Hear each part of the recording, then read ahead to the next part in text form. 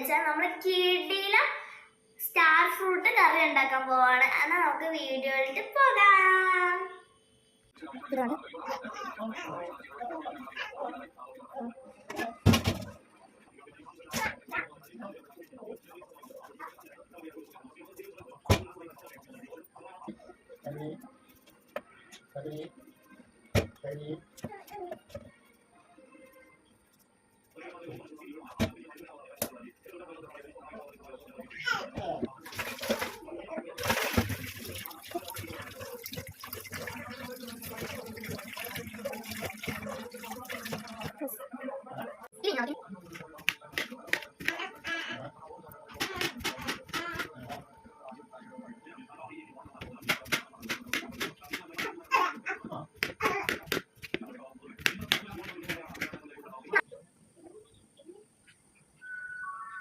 തേങ്ങയും വെളുത്തുള്ളിയും ജീരകവും മഞ്ഞൾപ്പൊടി ഇട്ട് അരച്ചതാണ് ഇത്.